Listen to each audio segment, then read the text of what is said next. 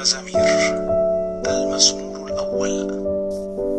طوبى للإنسان الذي لا يتبع مشورة الأشرار، ولا يقف في طريق الخاطئين، ولا يجالس المستهزئين، بل في شريعة الرب بهجته، يتأمل فيها نهارا وليلا، فيكون كشجرة مغروسة عند مجاري المياه، تعطي ثمرها في حينه، وورقها لا يذبل، وكل ما يصنعه يفلح.